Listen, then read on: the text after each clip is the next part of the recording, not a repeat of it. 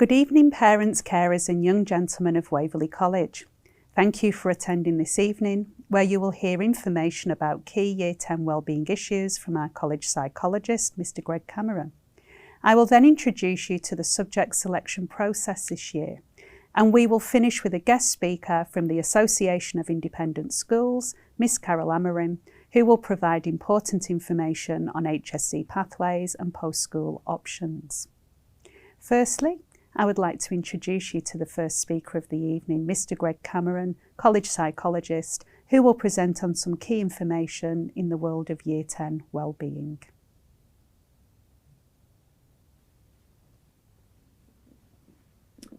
Hello, today I'm here to provide guidance and information on some of the common challenges associated with this period of your son's life. We can all remember how difficult navigating the teenage years can be. This is compounded by an underdeveloped brain, an imbalance of hormones, and limited life experiences, which can all contribute to a difficulty in regulating emotions and making poor decisions. Additionally, there are some external factors that can add to the difficulty of the adolescent years, such as a first relationship, expectations from friends and social pressures, and exposure to alcohol and drugs. I'm here to talk about these challenges and what signs to look out for if your son is struggling. I'll also provide advice on what you can do to help. Before we get to that, sleep is one of the most important aspects of development and overall well-being. To ensure your son is getting the most out of his sleep, here are a few sleep hygiene tips. Establish a regular sleep schedule. Try to go to bed at the same time and wake at the same time each day. Doing this will help to sync your body clock and will make it easier to fall asleep and stay asleep. Spend some time outdoors in natural light. As light is important for your body to produce melatonin, so I'm going to do that again. Just want to go from before? Yep. Sure, you want me to stop it? Start again. I would establish a regular sleep schedule. Is it the speed? Is speed an option, an issue? Or? It's just I'm speeding up and going slow. And it's the control of the remote is not good enough? No, it's all good. It's just I'm kind of... That's fine, you're fine, but like, do you have enough control with using the remote? I do, like, can you make it more sensitive? No, because if you don't, I'll just link both iPads and I'll control it for you. Oh, no, it's okay. We'll give it another go. Yeah, it's working. I'm pressing it a lot, but it is working. No, yeah, thanks. Try to maybe just do it behind your back, just so it's not coming out in the mic that clicks. Okay. All right. You going from here?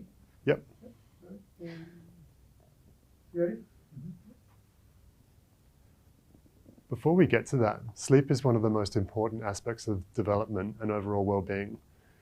To ensure your son's getting the most out of his sleep, here's a few sleep hygiene tips. Establish a regular sleep schedule.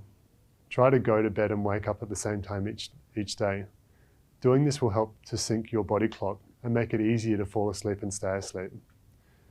Spend some daytime outdoors or in natural light, as light is important for the body to produce melatonin, which is a sleep-promoting substance.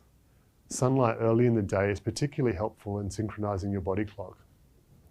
Get regular exercise each day, as there's good evidence that regular exercise improves restful sleep, but avoid this too close to your bedtime. Make the bedroom as restful as possible. Make sure the bedroom is dark, quiet, and comfortable. Only use your bed for sleep. Some people use the bed as a lounge room by studying, watching television, scrolling and speaking on the phone, etc. The brain makes connections between places and events, so the aim is to associate your bed with sleep, not your bed with being awake, engaged and excited. Avoid stimulating activity just before bed. Playing a competitive game, watching an exciting episode or movie, or having an important family discussion stimulates the mind, and thoughts will overflow to the bedroom, which is not conducive to sleep.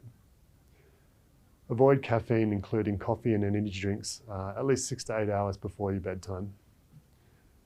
Don't stay in bed if you're awake. You can't force yourself to sleep, so if you do not fall asleep in a reasonable time, perhaps 20 or 30 minutes, then get up and do something relaxing. When doing this activity, keep the lighting dim, and when you become tired again, go back to bed and try again. Develop a bedtime ritual. Many sleeping problems are due to bad habits that are built up over a long period. You won't fix sleeping problems in one night, so try to persevere with a good sleeping habit, and sleep should start to get better. Getting a good night's sleep is important to your overall health and well-being, so it's important to find out what works best for you. There's no need to obsess over sleep problems. Sleep is kind of like humor. The funnier you're trying to be, the less funny you probably will be. Just try and set the right conditions and let nature take its course.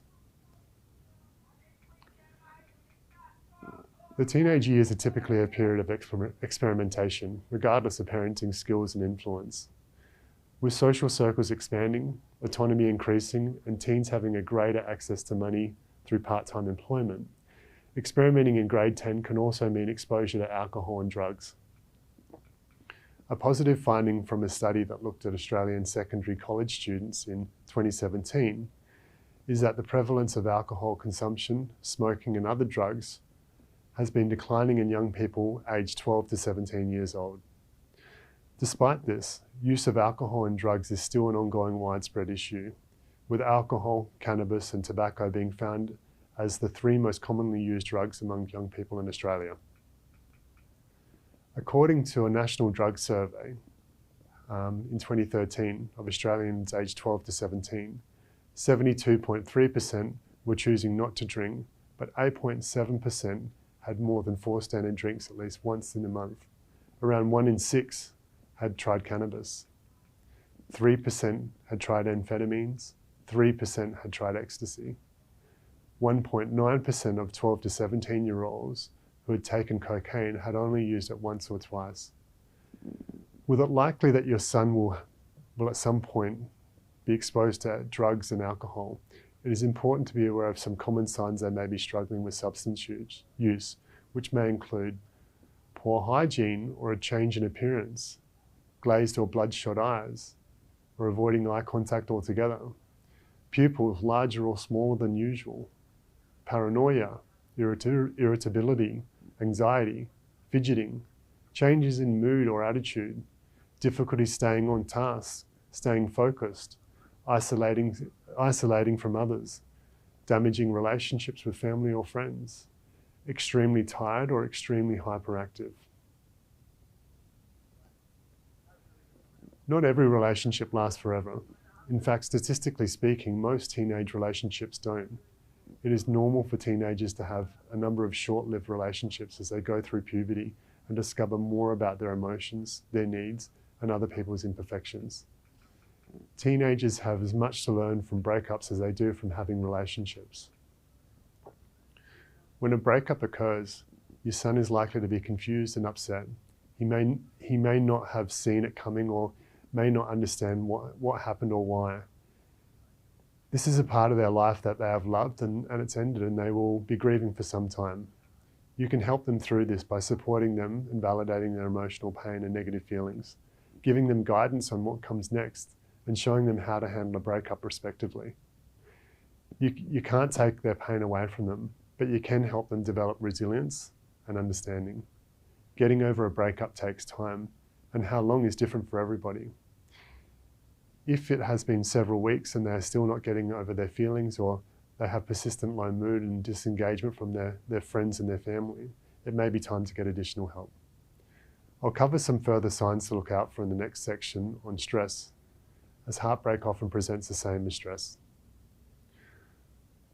Although teens don't have to worry about bills, a career, or holding down a household, they experience different sources of stress, which may include a high workload and an undeveloped time management skills or self-care skills, expectations regarding career or future study options, expectations to make a sporting team or perform at sports, or social pressures. It's normal for everyone to experience stress from time to time, and some stress can even help your son develop the skills necessary to manage it in the future. However, if it persists for too long or becomes too much for him to handle, it can lead to mental health issues, academic problems, and other health issues. For this reason, it's important to look out for the signs that your son may be feeling overwhelmed. That way you can intervene before it becomes a bigger problem.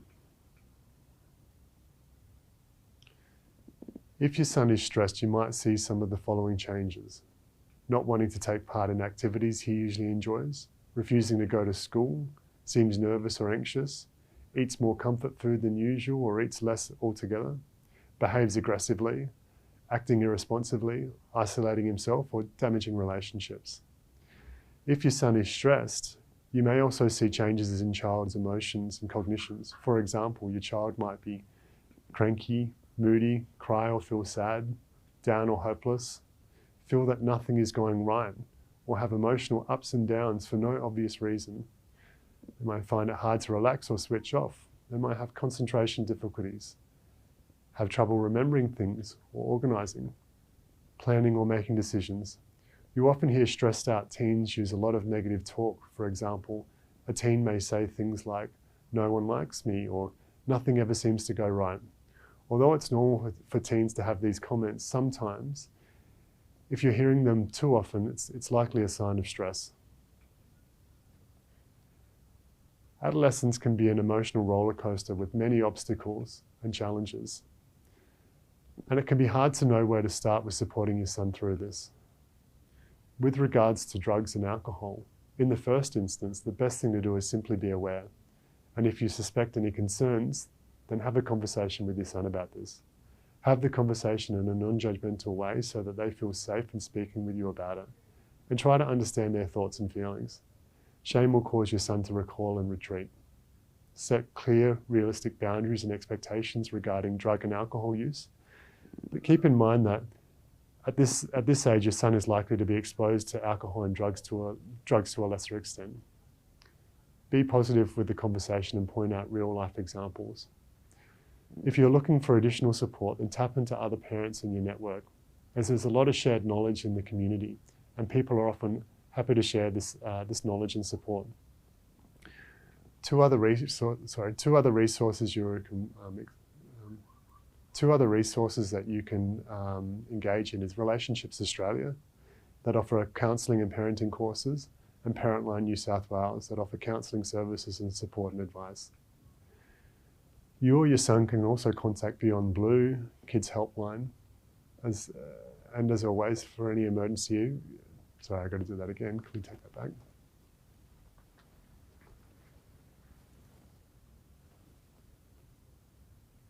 Yep, I'll just go that.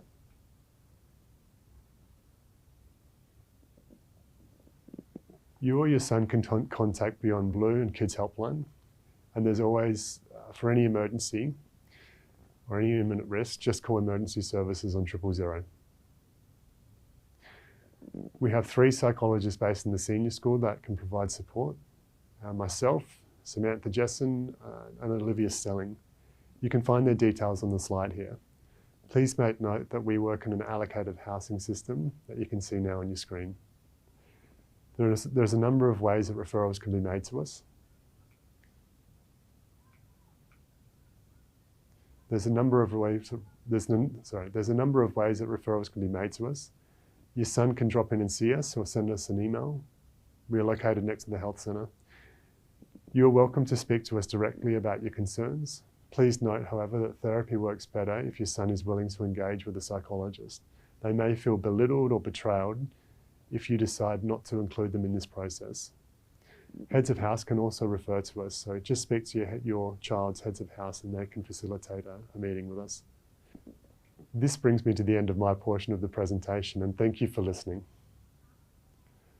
I would now like to welcome back Miss Lindsay Porter, who will provide an overview of subject selection for Stage 6.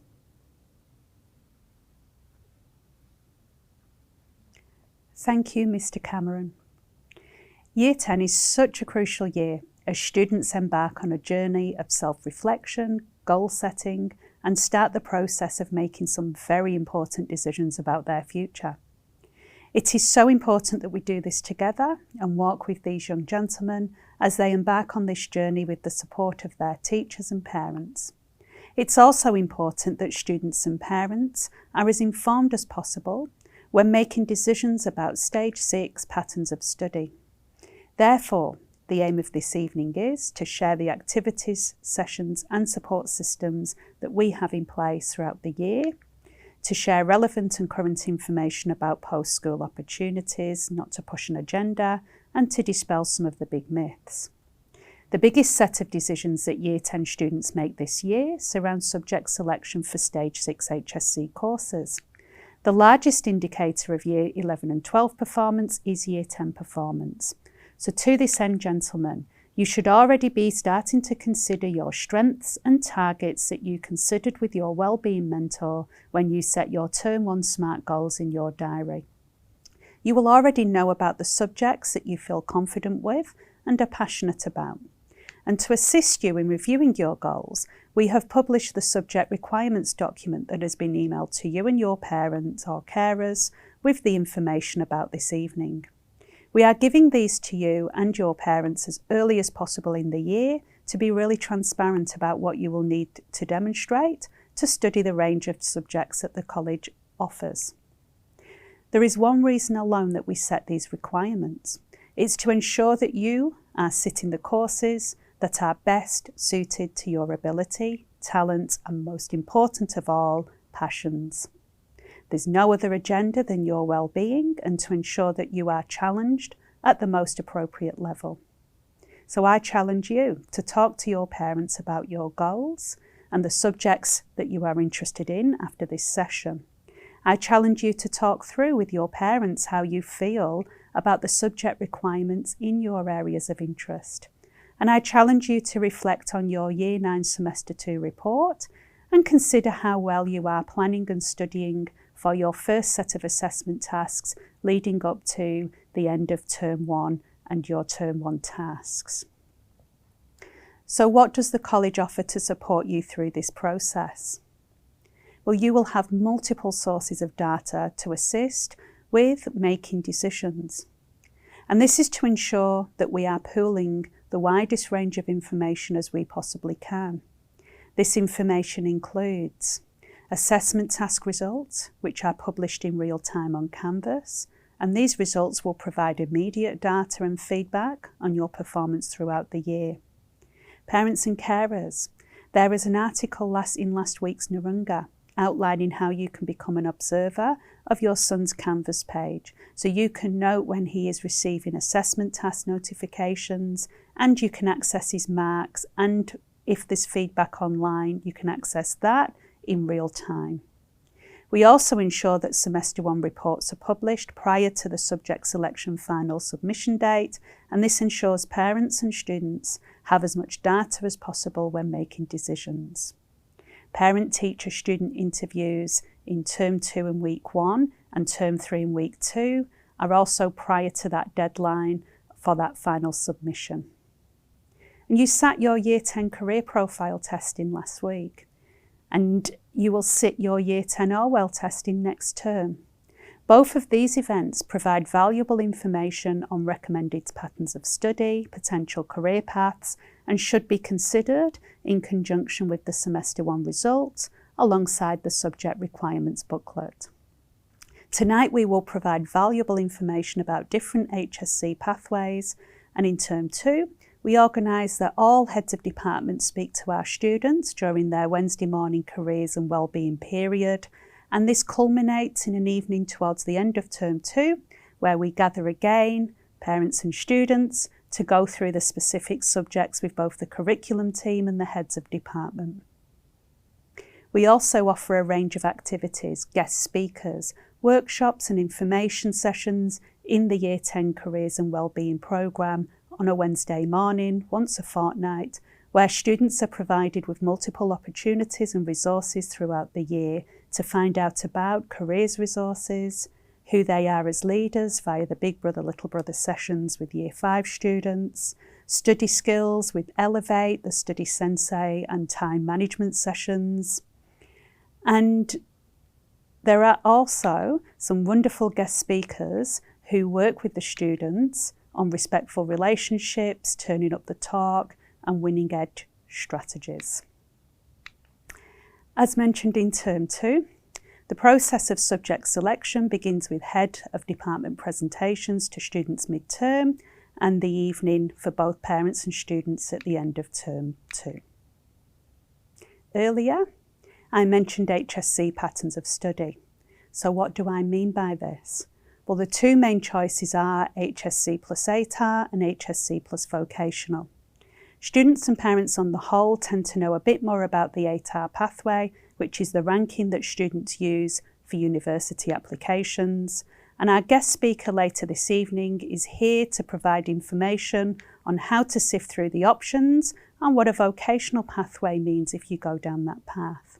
Please note that Miss Amarin will provide data from 2019 to 2022, and that data is subject to change as the students progress through the next 2 years, but it's really valuable to have that information as a starting point. There's no agenda of pushing students to either pattern of study. We just want you to be armed with the most up-to-date information to make the most informed decisions. But one vital piece of information that many Year 10 students do not know is that whatever pathway, every student gains an HSC. HSC students can use their study as TAFE as a springboard to consider university in the future. Gentlemen, I'm now speaking directly to you. As you will see from the subject requirements, we offer a broad range of academic subjects and vocational subjects to appeal to a wide range of passions. If I can give only one piece of advice this evening, it's to follow your passions and interests. It's the key to your success. And in the subject selection focus lessons in Term 2, you'll receive further information on how many units you need to select, how certain combinations work to ensure that you're eligible for the HSC. But having these requirements now provides you with an opportunity to reflect on your current performance, consider whether anything needs to change, and if so, now's the time to make those changes because your eligibility for certain courses will be based on your Year 10 Semester 1 performance. This is certainly a lot of information to take in, so who can help you if you have any questions? The curriculum team, myself, Mrs. Porter, the coordinator of senior studies, Miss Knowles, the assistant director of curriculum, Mr. Selden, college counsellors, Miss Stelling, Miss Jessen and Mr. Cameron, heads of department and the head of learning support, Mr. Parnell, your head of house, mentor, and of course your parents and carers. We are all here for you and want only the best for you. Gentlemen, we are truly blessed to be sharing this important journey with you and your parents, and we look forward to working with you to ensure that you have the best opportunity to grow. I am privileged to be introducing our next guest speaker, Ms. Carol Amarin, the Education Officer for Vocational Education at the Association of Independent Schools of New South Wales, who will aim to provide you with some of the most current information about post-school options, HSC pathways, and the truly wonderful places where they might lead.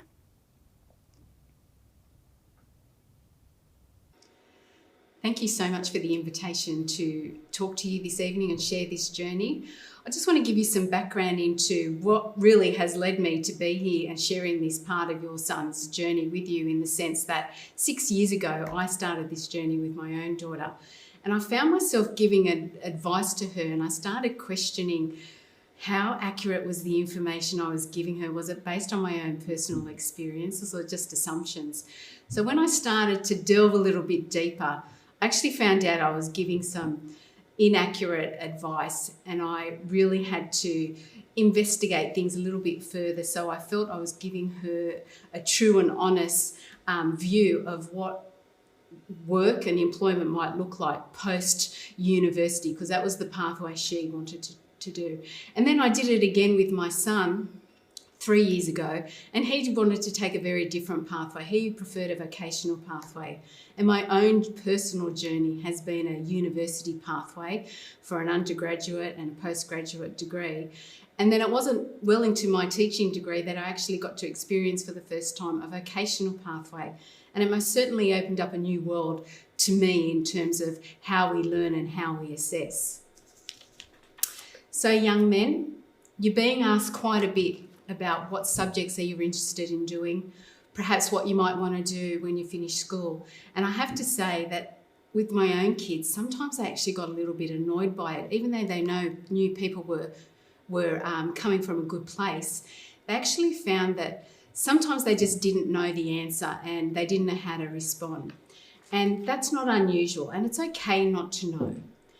And this is supported by a number of pieces of research by Skills Road, Year 13 and the Foundation for Young Australians, which found some commonality in their research in the voice of young people to say that essentially some of their top concerns are this notion of an alternative pathway stereotype that exists among stakeholders. So what does that mean? Anything other than uni when you finish school is often considered less than. The other common area of concern that young people raised across Australia was this notion of a perceived irreversible pathway decision, that the decisions that you're making right now are going to lock you in. And gentlemen, I can confirm that will not happen. You will not be locked into a pathway. These concerns are heightened by the fact that there is so much information for young people, they often even don't know where to begin. Social media and reality TV. Coupled with other variables is well-being. This has become the biggest challenge both parents and school communities are dealing with. And in Year 13's research, 26% of young people who responded to that survey actually indicated that they had been to see a mental health professional. A further 26% of young people said that they should have. In 2018, Professor John Buchanan, who works for Sydney University, was commissioned by the Department of Education to investigate artificial intelligence, the best and worst of times. In his research, something that resonated with me, particularly as an economics teacher, was he made a comment and said, what was the point of economic prosperity and economic growth if you actually weren't living the life you wanted? In Year 13's 2020 Life After the ATAR 3 research, it highlighted that youth need to be supported in pursuing their passions and have a sense of purpose and the benefits of this for their post-school pathways. This may seem an obvious concept. However, what the research also asked respondents was to say, what were your top 3 barriers to pursuing your passions? And young people said not having anyone to support them, followed by themselves, followed by their parents or a carer. But on the flip side of that, when respondents were asked who were the biggest supporters of pursuing your passion, first was parents and their carers, closely followed by a significant person within the school community. We talk about lifelong learning, and one key message I'd like you to get, young men, is that where you start is not an indication of where you are going to finish. As a parent, carer, we have dreams and hopes for our children. As a parent myself, one of the hardest things about parenting for me was realising that what I thought was best was actually not what they thought was best. In front of you now, you should be able to see an infograph, and that infograph is created by McCrindle social researchers. They do a lot in terms of researching demographic differences and societal differences. And it's quite interesting to hear now they're talking about the upcoming generation being Generation Alpha, but tonight I want to focus on that middle box with the red box around it. And I'm going to make an assumption here that most mums and dads and carers are part of Generation X. And boys, you are part of Generation Z. When students left school for Generation X, 1 in 4 got a university degree. Today, boys, for your generation, it is 1 in every 2. And from an economic point of view, when you increase the supply of anything, you lower its value. So increasingly, Gen Zs are being asked and enrolling in double degrees. The other significant difference between the 2 generations is job mobility. Gen Xs have been mobile in their jobs, but have tended to stay within the same industry. Gen Zs, your generation young men, you will be highly mobile and you will do complete 180 changes in terms of the jobs you do. You will not stay within the same industry. Coupled with this is a lot of the media talk that you hear from time to time around the catastrophizing over the future job market. It's a fact there is automation. However, automation has replaced many jobs, but it has created more jobs than it has replaced. And I found this meme to highlight that example. Your parents hopefully are smiling, and your carers. That is essentially what we had. We had videos. That was our version of Netflix. But now, for your generation, you have Netflix and a whole multitude of streaming services that created multiple jobs across many industries. Each year, LinkedIn in February publishes their top emerging jobs. So what you can see in front of you is the 2020 pre-COVID top emerging jobs. And you can see a lot of them are essentially the result of technology and the consequence of automation. They all involve technical and hard skills. But these enterprising skills, commonly referred to as soft skills also, such as creativity, problem solving and critical thinking, are in high demand. In fact, critical thinking as a skill set required in job advertisements has increased by 158%. What technology can't currently replace is emotional intelligence, such as empathy, compassion, teamwork, adaptability, interpersonal skills. Elena Wilson, Policy Manager for the Foundation, wrote in an article in 2021 titled Rethinking Employability, Preparing Young People for the Future of Work, and described your generation, young men, as the bounce back generation. And in this article, she noted that more than 92% of employers will want you to have the technical skills and transferable soft skills. This was further supported in Skills Road's research, The Way of the Future 2020, noting that people skills are essential, particularly in a time of technological change, increasing automation and machine learning. So we've seen the top 10 jobs pre-COVID. Let's look at what happened to those emerging jobs in 2021. You can see a significant difference in what they look like. The top 4 jobs were in the health industry, and we can clearly understand why. In 5th position there was construction workers, and that was largely in response to the federal government's incentive program to keep the construction industry going. But from 7 down, you can see that a lot of what was identified as emerging in 2020 still continued to be emerging in 2021. So what was LinkedIn's publication for 2022? Again, stark difference in those top 4. No health professionals identified. And in fact, a new one that has entered is the first one, the Chief Human Resource Officer, which essentially is about managing people in a workplace. And that was crucial during and post-COVID. The other significant change is in terms of the jobs that are identified there is the fact that a lot of them are about the back end, making sure that a business can continue to run even if the employers can't be on site. The 4 that you see identify in red have continued to appear in the top 15 emerging jobs in LinkedIn for the last 3 years.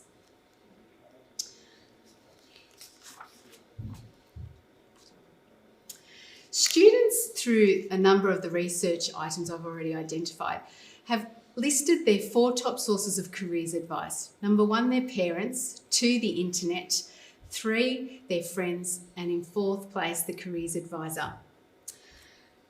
We don't tend to make decisions about something that we don't know. We all have our own biases and personal unique experiences.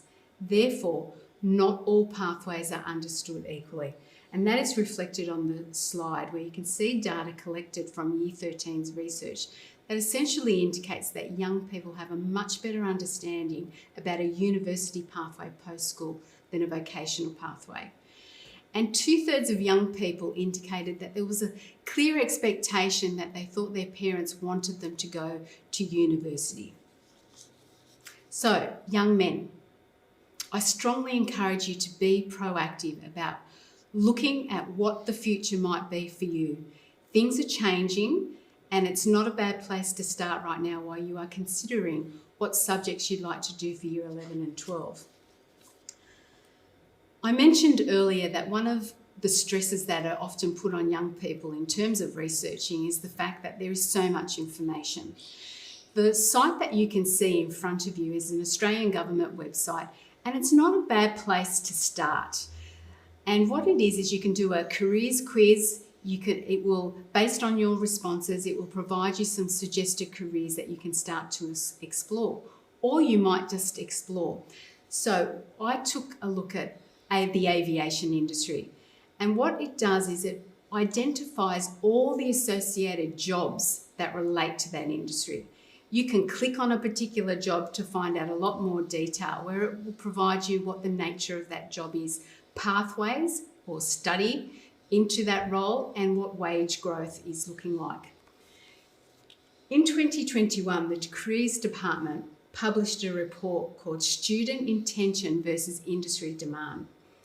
And from that report, 63% of young people had identified that they didn't understand the breadth of jobs and industries that were actually available. 23% of young people said that they did not know the number of courses that align to the industries of interest. Another document that is useful, that may be more aimed at parents, is put out by the National Skills Commission. It provides real accurate information based on Australian employment data. It really gives you a snapshot into how businesses are changing and the roles within those businesses are changing. I would highly recommend it. A word of caution, it does only focus on technical skills as opposed to a combination of technical and soft skills.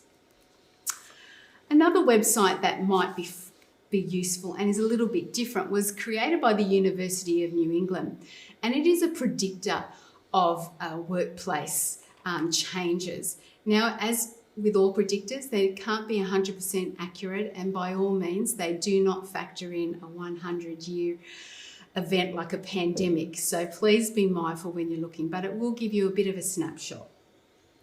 So what I did was I asked Miss Knowles here to tell me what were some of the more popular pathways students at this school last year took into university.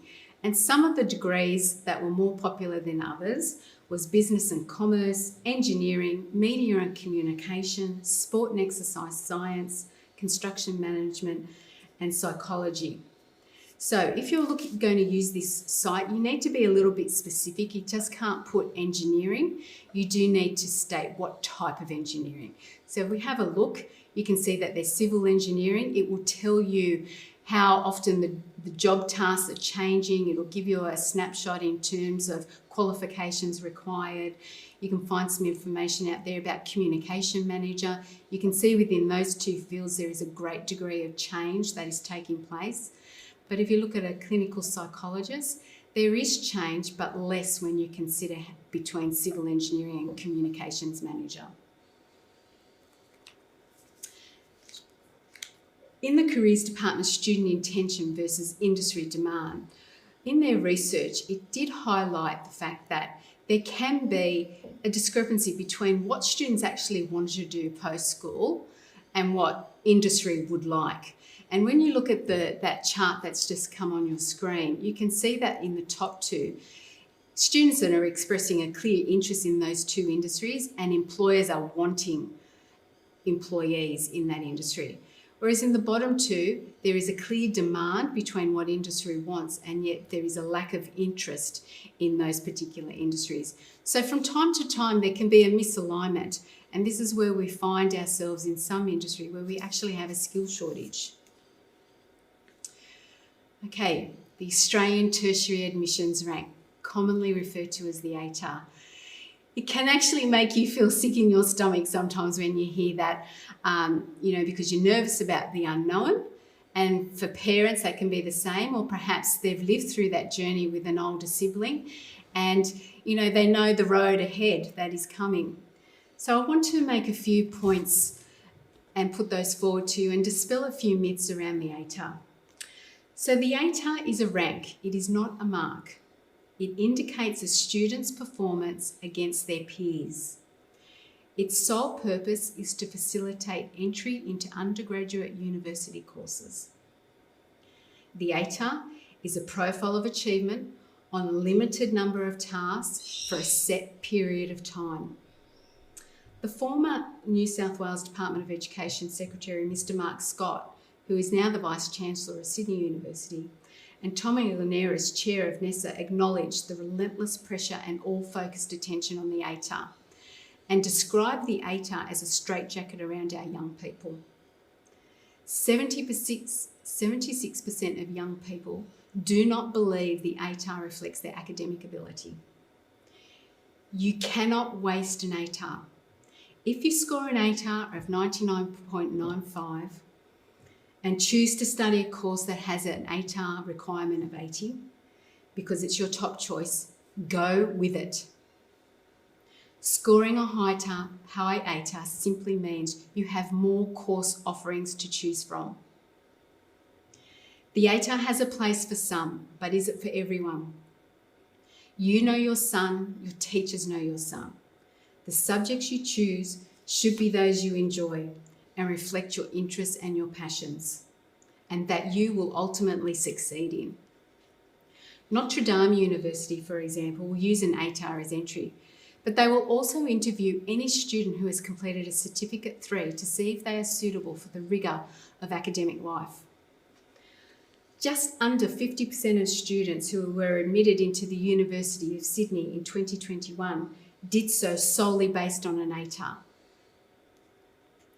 ANU and Melbourne University do use ATARs for entry, but they are also using a portfolio where students can submit a portfolio where they can show areas of success not captured by an ATAR, such as sporting ability, creativity, volunteering.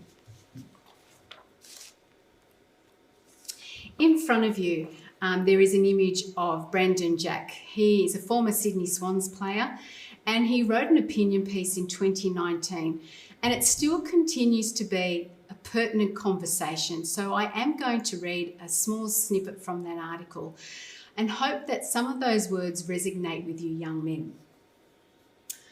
What I found out my mark would get me into my top preference, I was incredibly happy. However, when I was sitting in my first law lecture, the excitement subsided as I realised I had no interest in law or in being a lawyer. Sitting in a class that I couldn't even force myself to enjoy and listening to words that didn't mean much to me, I questioned why I had become so obsessed with my ATAR. The truth is, I had enrolled in a double degree because the kids with the highest ATAR always enrolled in biomedicine and law, and no one on the High Achievers Board had under their name still figuring it out. That backwards logic of mark first and then interest made me question why I'd overlooked my true passion. So, young men, keeping in mind the soft skills you have, think about your interests. Do the subjects you enjoy that will bring fulfillment. You have already heard this and you will continue to hear this. It can be very challenging sitting in a class where you are not enjoying it for 2 years. Then I'd like you to think about your ability. Waverley, like many other schools, have entry benchmarks into those subjects. The teachers of each Stage 6 course know the rigour of these courses. These entry benchmarks for students and parents are there to make subject choices more suitable and at a level in which you are able to achieve. Choosing a subject because you think it will scale well is a myth. You need to perform well in that subject in order for it to scale well. Remember, the ATAR is a rank, where you are positioned amongst your peers. On the other hand, choosing a subject that is below your capabilities because you want to maximise an ATAR may make university life difficult because you have not studied courses like maths, science or English to the required rigour. Poor subject choice can negatively impact a student's well-being, their sense of achievement and their ability to achieve their desired ATAR. And then I'd like you to think about careers, and I know you may not have an idea, but the exploration may actually lead to a couple of ideas for you. Do some research. Find out if there are prerequisites for the universities in which you're thinking about going to. If you decide you don't want to go to university and you want to get a vocational qualification, what kind of recognition for prior learning can you get if you decide to go to university later, which ultimately will reduce your time at university and your HECS bill? In an earlier slide, I spoke about soft skills. Looking at the words and the images here, there should be a number of them that resonate with you, that you've heard at school or from a parent or carer. You may recall I mentioned that 92% of employers want you to have these soft skills and be able to transfer those soft skills in a variety of contexts and workplace situations. At Waverley College, you've been asked to set yourself some goals. In business, there is a saying that if you fail to plan, you are planning to fail. Take setting personal goals seriously, young men. And I know it can be really hard. I remember my son being in that position and he felt like it was a chore, but it can make a difference to you when you leave school. So think about where you'd like to be in 2 or 3 years' time. How are you going to get there and what needs to be done in order to achieve those goals?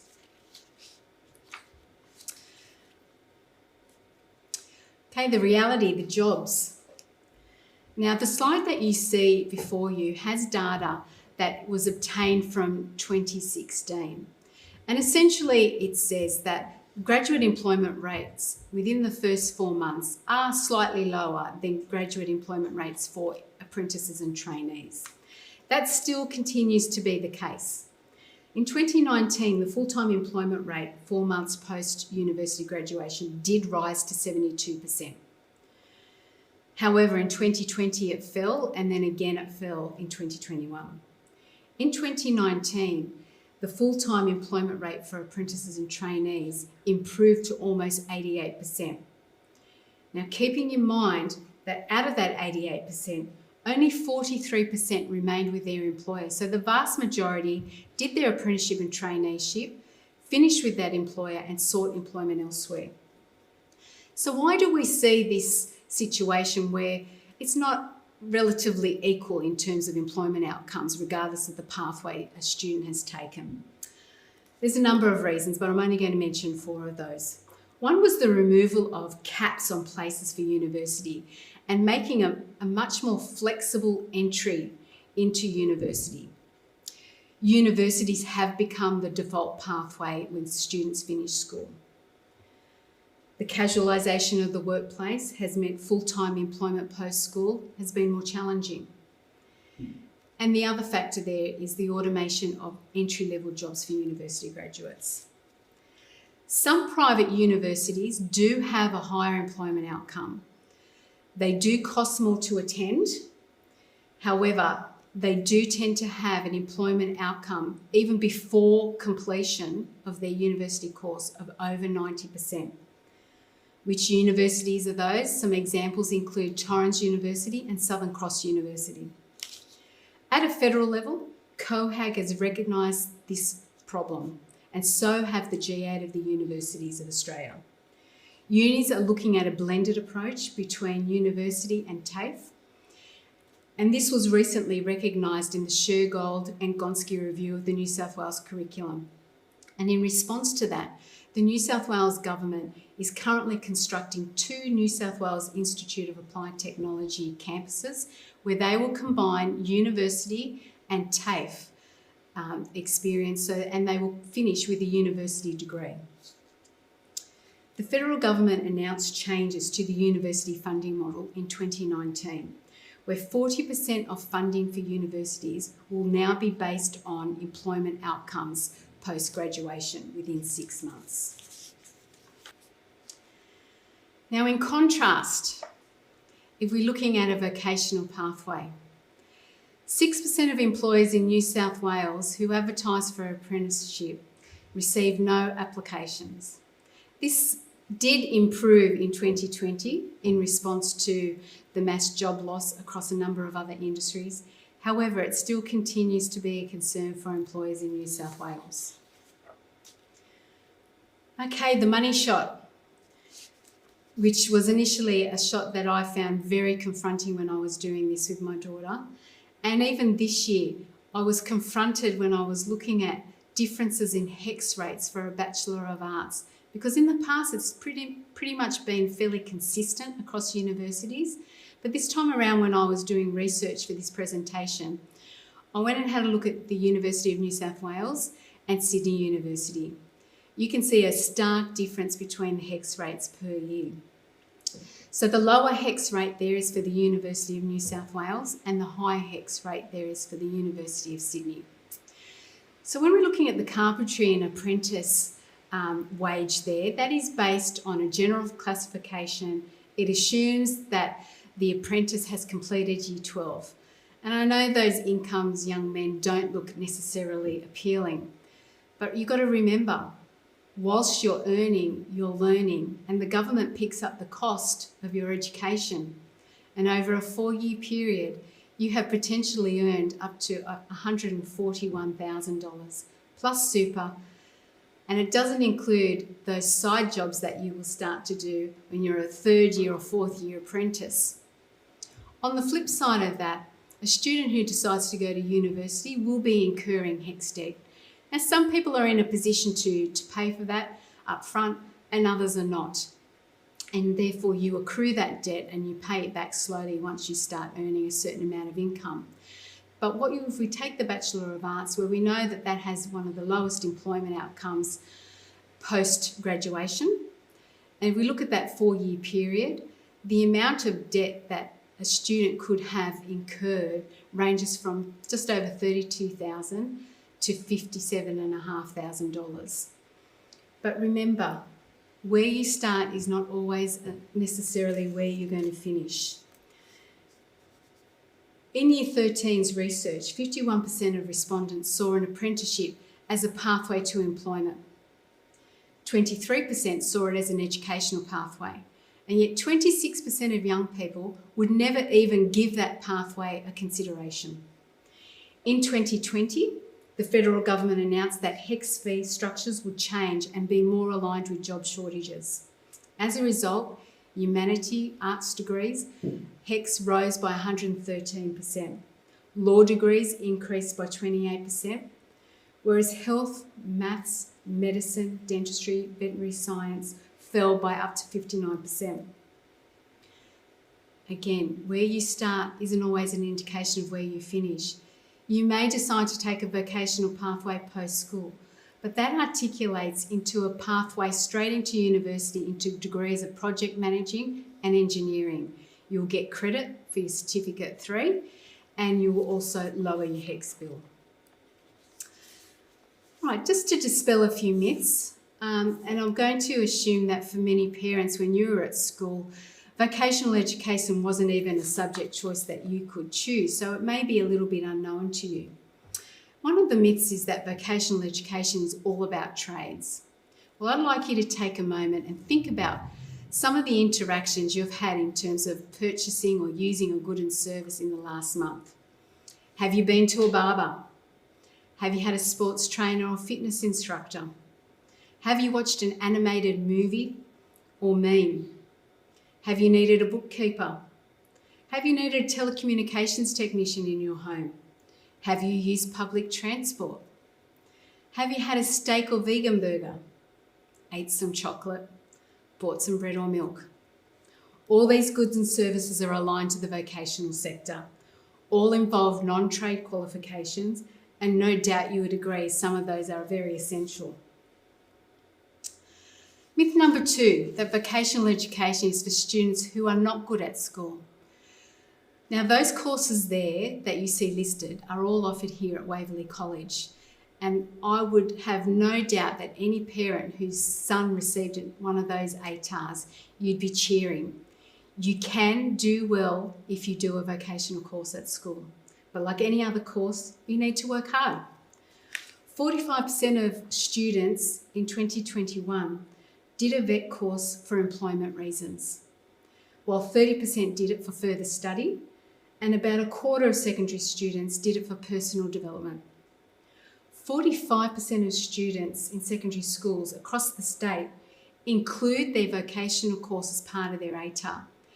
If we were able to break that data down, that percentage would be significantly higher for the non-government school sector. So you can do a VET course and achieve a high ATAR. But again, it goes back to what are your interests and what are your post-school pathway plans. Myth number 3, that VET graduates earn low wages. Now, I can only go by averages. And when you look at the information in front of you, you can see that a VET graduate earns slightly more than a university graduate. Now, this varies. Of course, there can be some that earn significantly more and some that can earn significantly less. The average starting salary that is the highest for a degree is a Bachelor of Dentistry, and that amount is $86,000. For a vocational course, a Certificate 4 in hazardous areas, electrical, the highest starting salary is $91,000. Myth number 4, that jobs of the future need more than a vocational education. Jobs of the future will require further education and practical skill sets. Your post-school education may involve a combination of tertiary providers. There was a time when a university degree was a guarantee to employment. However, today it is not, even for jobs that require a minimum post-school education or bachelor degree level.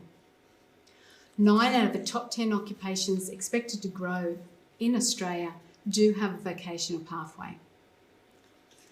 So my 3 key messages this evening are: where you start won't always be where you finish. What you decide to do now will not be forever. And all pathways that lead to learning and living the life you want is the best pathway for you. Thank you. Thank you to Greg Cameron and Carol Amarim for presenting such valuable information. I wish you all a lovely evening and thank you so much for joining us.